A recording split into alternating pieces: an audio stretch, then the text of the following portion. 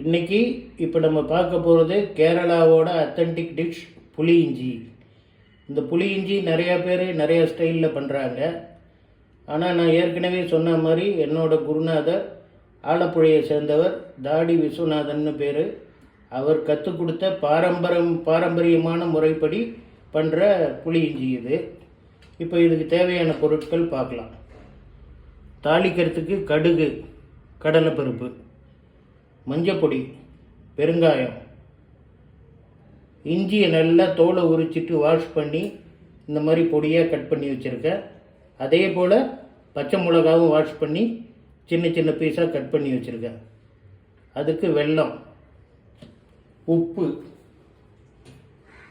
ஒரு பெரிய எலுமிச்சங்காய் சைஸ் புளியை ஊற வச்சு நல்லா கரைச்சி வச்சுருக்கேன்.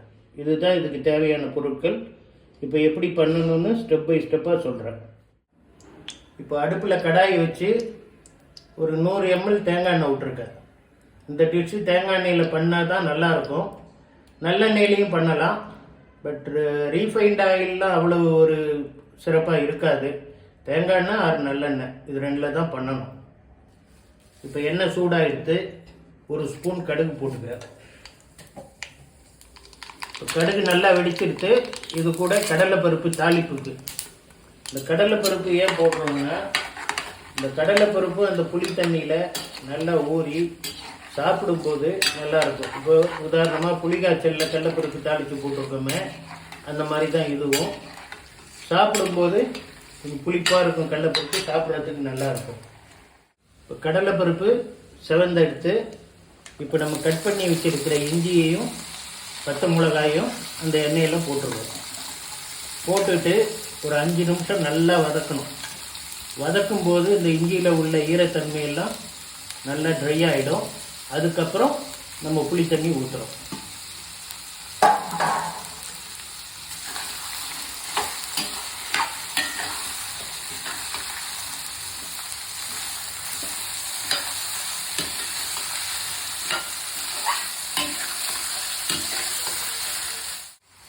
ஒரு 2 நிமிஷம் இஞ்சியும் பச்சை மிளகாவும் நல்லா வதங்கி எடுத்து ஒரு ஸ்பூன் மஞ்சப்பொடி, அதோட இதுக்கு தேவையான உப்பையும் இப்போவே போட்டுருவேன்.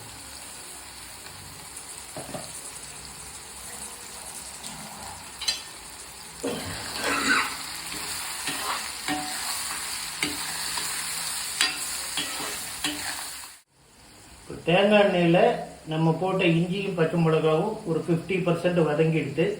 இந்த ஸ்டேஜில் கொஞ்சம் பெருங்காய பொடி போட்டுட்டு நம்ம ஒரு பெரிய எலுமிச்சம்பழ சைஸ் புளி அதை கரைச்சி இதில் விட்டுடுறோம்.